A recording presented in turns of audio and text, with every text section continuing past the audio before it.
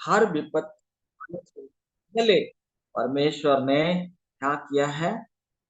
चेतावनी दी है, बताया है ऐसा होने वाला है। अब पहलोठे, इसराइल के पहलोठे बचेंगे और मिस्र के पहलोठे मरेंगे। उससे पहले भी परमेश्वर ने बता दिया है, चेतावनी दे दी है, ताकि लोग बचने का उपाय कर सके, ताकि लोग शताब कर सके। मेरे प्रियो, परमेश्वर यहाँ पर मूसा और हारून दोनों से कहते हैं, तुमको एक बहुत बड़ी जिम्मेवारी है, और ये जिम्मेवारी में तुम्हें कुछ काम करने हैं। पहली बात बतानी है लोगों को कि ये तुम्हारे वर्ष का पहला महीना होगा। ये तुम्हारे वर्ष का पहला महीना होगा। दूसरी बात ये बताया जाता है कि 10 तारीख को, इस महीने की 10 तारीख को तुम्हें एक मेमना लेना है।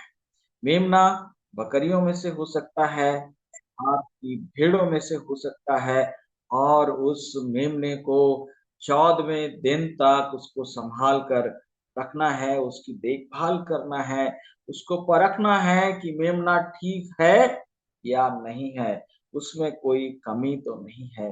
और 14वें दिन को गोधूली के समय, जो आजकल के बच्चे हैं शायद वो नहीं जानते गोधूली का समय क्या होता है। जब गाय जंगल से चर कर वापस आती हैं शाम को, उसे गोधूली का समय कहा जाता है। गाय के वापस आने से जो धूल उड़ती है शाम के वक्त, उसे गोधूली का समय कहा जाता है। सुबह के समय को नहीं कहा जाता। उस समय उस मेमने को बलिदान करना है, लेकिन उससे पहले ये देख लेना है उस मेमने को खाने वाले कितने लोग हैं। अगर आपके परिवार में कम सदस्य हैं, सबसे निकट पड़ोसी को अपने साथ शामिल कर लीजिए, और इस पूरी रात पर आपको अपने घर में रहना है, मेमने को बलिदान करना है। और जब आप मेमने को बलिदान करते हो, उससे पहले पूरी तैयारी आपको कर लेनी है। कड़वा साग पात चाहिए, अखमीरी रोटी चाहिए, कमर को बांध लेना है, और क्या करना है, जूते पहन लेने हैं, हाथ में छड़ी ले लेनी है। बिल्कुल ऐसे खाना है जैसे बस आपकी फ्लाइट छूटने वाली है, एकदम आप तैयार हैं। उस तेजी के साथ, उस तैयारी के साथ उसको खाना है। और क्या करना है, जब मेमने को बलिदान करते हो तो उसका रक्त लेकर, उसका लहू लेकर उन दरवाजे के अलंगों पर, चौखटों पर लगा देना है, जहां तुम उस रात में पाए जाओ। और परमेश्वर बताते हैं कि उस रात जब वो उस पूरे मिस्र के पैलोठों को मारने के लिए निकलेंगे, तो आपके घर की चौखट पर जो लहू का निशान होगा, वो आपका बचाव करेगा। और मैं उसको लांग कर, पास ओवर करके, मैं उसको छोड़कर आगे बढ़ जाऊंगा। और वो दिन जो है, वो इसराइल के छुटकारे का दिन होगा। वो दिन, उस छुटकारे की कीमत जो है वो दी जाएगी, और परमेश्वर के लोग जो हैं वो बचाए जाएंगे। मेरे प्रियो, ये कहानी है जो हमने सुनी, इसको हमने पढ़ा है। अब हम इसकी लर्निंग के ऊपर जाना चाहते हैं। और पहली लर्निंग ये है, मेमना छुटकारे की कीमत है। बिना मेमने के छुटकारा संभव नहीं है। हमारे प्रयास, हमारी कोशिशें, हमारा ज्ञान, सब कुछ फेल है। और मेमना कौन है? मेमना मसीह यीशु का प्रतीक है। मसीह यीशु को देखकर यूहन्ना 1:29 में यूहन्ना कहते हैं, देखो परमेश्वर का मेमना, जो जगत के पापों को उठा ले जाता है। परमेश्वर जानते हैं कि मेमने के बिना हमारे लिए कोई रास्ता नहीं है। मेमने के बिना कोई छुटकारा संभव नहीं है। मेमने के बिना जीवन संभव नहीं है। तो मैं और आप को आनंदित होना चाहिए, कृतज्ञ होना चाहिए, धन्यवादी होना चाहिए कि मेमना परमेश्वर ने प्रोवाइड किया है। हमने उत्पत्ति 22 अध्याय में ही देख लिया था जब अब्राहम को हुक्म मिला वो इसहाक को बलिदान करने जाए, और वहां पर मेमना परमेश्वर ने प्रोवाइड किया। परमेश्वर मेमना देता है ताकि मैं और आप बचाए जाएं। ये पहला विचार है और बहुत ही प्रोफाउंड है, बहुत ही ताकतवर है। मैं बताना चाहता हूं आपको कि मेरे रोए खड़े हो रहे हैं जब मैं इस चीज को आपको बता रहा हूं। ये बहुत ही पवित्र विचार है, और ये विचार अगर आपके जीवन में उतर गया, अगर ये विचार आपकी जहन में उतर गया और उसने घर कर लिया, तो बाकी कुछ सीखने और समझने की जरूरत नहीं है। मेमना आपकी हर समस्या का उपाय है। मेमना हर बोझ को उठाने के लिए तैयार है। मेमना आपके अकेलेपन को दूर करने के लिए तैयार है। मेमना उपाय है, और वो परमेश्वर ने किया है मेरे प्रियो। यूहन्ना की पत्री पढ़े 5 अध्याय 11 वचन में लिखा है कि हमें जो कुछ चाहिए परमेश्वर ने मसीह यीशु में रखा है, और जिस किसी के पास पुत्र है उसके पास जीवन है, और जिसके पास पुत्र नहीं है उसके पास जीवन भी नहीं है। तो मुझे और आपको परमेश्वर पुत्र दे रहा है ताकि उसका पुत्र बलिदान हो और मैं और आप बच जाए। ये पहला विचार है जो बहुत ही पावरफुल है, और इस विचार से मैं आशीषित हुआ हूं।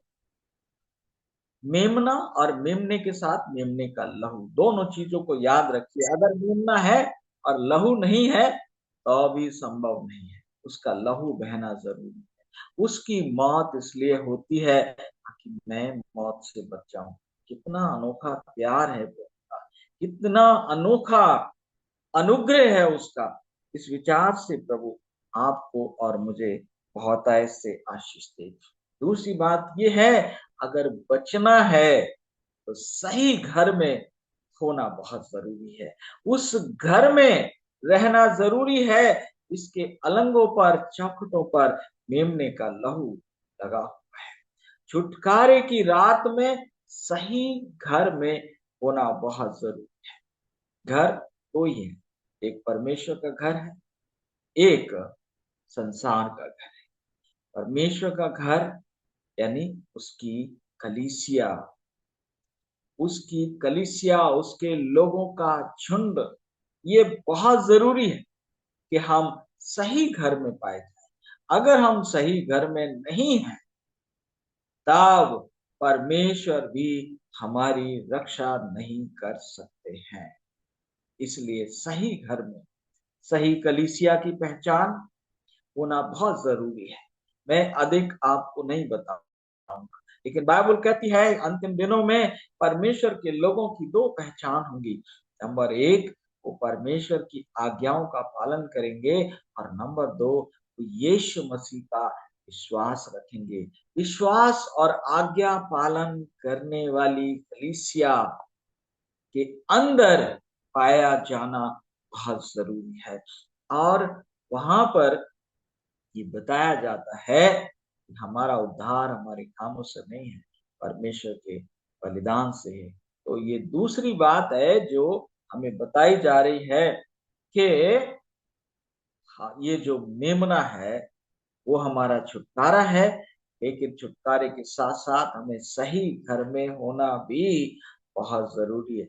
मैं आप सबको खुशामदीद कहता हूँ, मैं आप सबको बधाई देता हूँ कि हर दिन की शुरुआत आप एक सही संगति से वचन को मानने और पालन करने वाले झुंड के साथ आप करते हैं, और इस तरह से आपका विश्वास प्रभु के प्रेम में, वचन में निरंतर बढ़ता जा रहा है।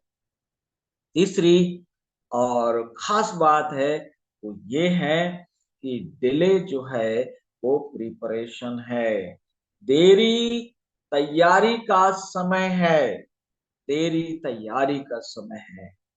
एक लंबे अरसे पहले परमेश्वर ने मूसा के द्वारा, हारून के द्वारा अपनी इच्छा को प्रकट किया कि मैं अपने लोगों को छुड़ाना चाहता हूं, उन्हें छुड़ाने जा रहा हूं, उन्हें मिस्र की गुलामी से निकाल कर कनान देश में लेकर जाऊंगा, जहां दूध और शहद की नदियां बहती हैं, वो आशीषित देश में लेकर जाऊंगा। ये तैयारी का समय था। बहुत तैयारी करनी पड़ती है। आपको वो आशीष देने के लिए परमेश्वर को बहुत तैयारी करनी पड़ती है।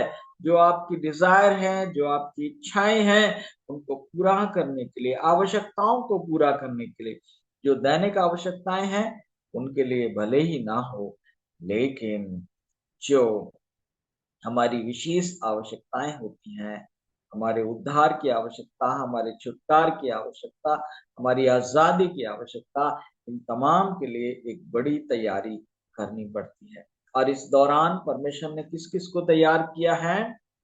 फिरौन और उसकी प्रजा को तैयार किया है कि वो 400 साल की मजदूरी देकर परमेश्वर के लोगों को विदा करे। इस दौरान परमेश्वर ने इस्राएल को तैयार किया है ताकि वो जाने कि परमेश्वर उनसे कितना प्यार करता है और परमेश्वर उनको कहाँ लेकर जा रहा है। उनके मन को, उनके सोच को, उनके विचारों को परमेश्वर ने क्या किया है? तैयार किया है। इस दौरान परमेश्वर ने कनान देश को भी तैयार किया है।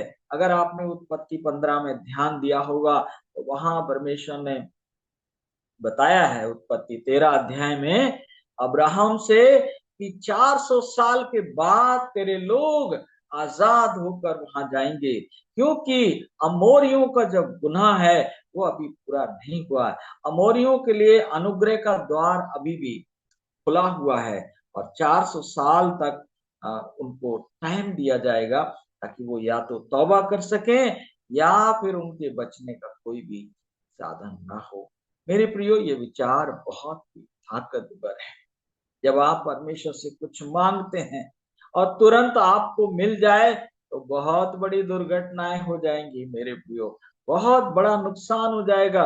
हमारी हर एक चाहत ऐसी नहीं होती है कि उसे तुरंत पूरा कर दिया जाए। उस चाहत को पाने के योग्य मुझे और आपको बनाया जाता है और उसके लिए समय मिलता है ताकि हम अपनी सोच और अपनी तमाम बातों में उनके लिए हम क्या हो सके? तैयार हो सके। तो कभी भी डिले को ये ना सोचें कि परमेश्वर हमारी प्रार्थना को सुन नहीं रहे हैं, हमें उत्तर मिलने वाला नहीं है, पता नहीं हमको मिलेगा या नहीं मिलेगा।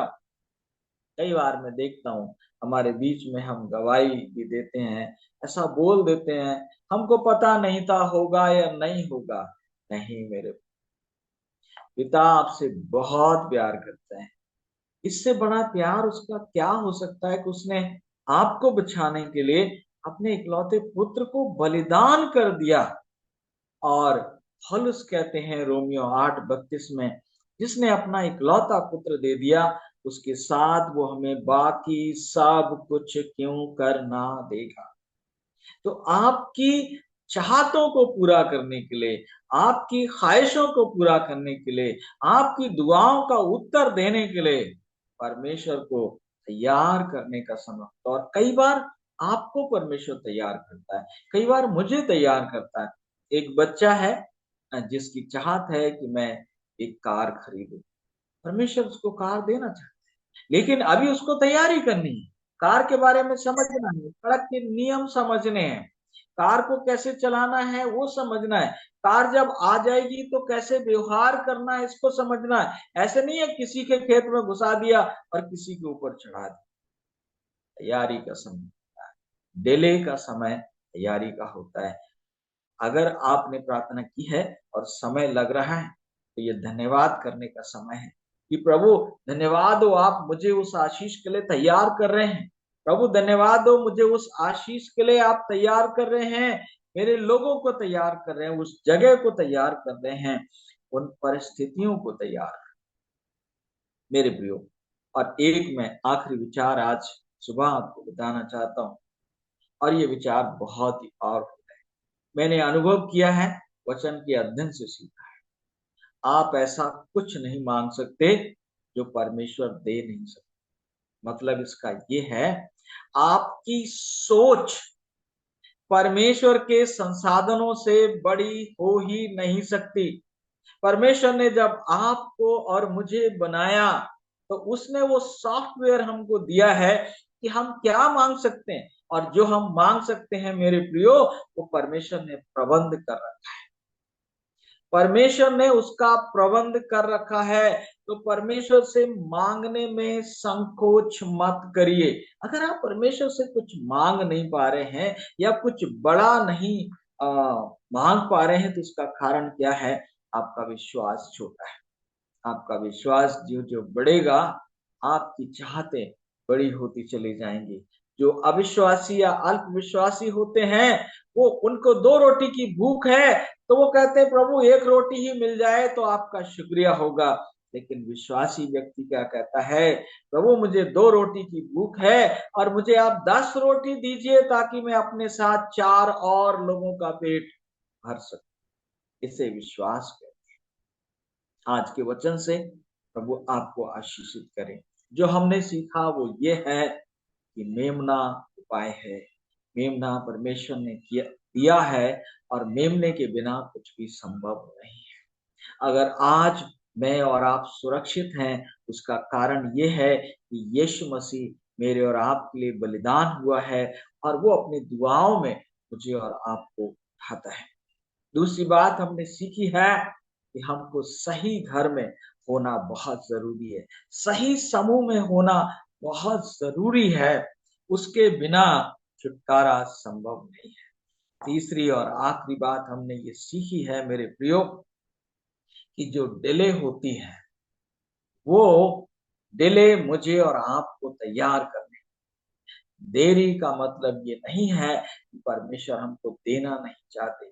परमेश्वर हमको देना चाहते हैं, लेकिन हम शायद तैयार नहीं। अगर मैं एक उदाहरण दूं, मान लिया मेरा छोटा बेटा है और वो कहता है कि पापा मुझे चाकू चाहिए, तो अभी वो इतना छोटा है कि मैं उसे चाकू नहीं दे सकता, क्योंकि वो चाकू से अपने आप को काट सकता है, किसी और को नुकसान पहुंचा सकता है। लेकिन जब वो मैच्योर हो जाएगा, एक समय था उसको कुछ खिलौने देने से पहले मैं सोचता था, और आज मेरी कार को वही ड्राइव करता है, वो चलाता है, क्योंकि उसने उसको चलाना सीखा है। उसे कार कैसे संभालना है ये सीखा है। मेरे प्रियो, परमेश्वर क्या करता है? हमारी चाहतों को पूरा करना चाहता है। विश्वास करिए और बड़े से बड़ा मांगिए, और जब आपने मांग लिया है तो धन्यवाद करते रहिए। पिता आपका धन्यवाद हो, सही समय पर आने वाला है, और इस सब दौरान आप मुझे तैयार कर रहे हैं, इस दौरान हालात को तैयार कर रहे हैं। याद रखिए, जो दिखाई देता है उसके ऊपर मत जाइए। परमेश्वर सब कुछ को संभव करने वाला